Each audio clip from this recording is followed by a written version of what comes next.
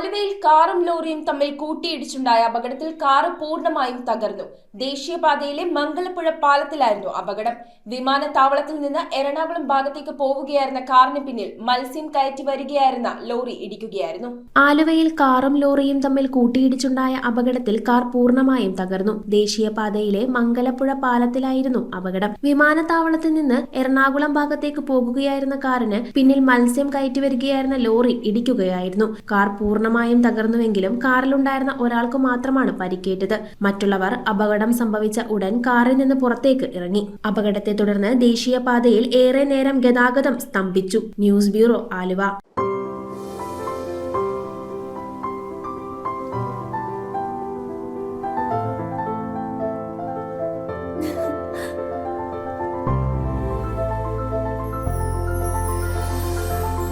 കളങ്കമില്ലാത്ത സൗഹൃദം പോലെ കലർപ്പില്ലാത്ത വിശ്വാസം. കല്ലൻസ് ജ്വല്ലറി.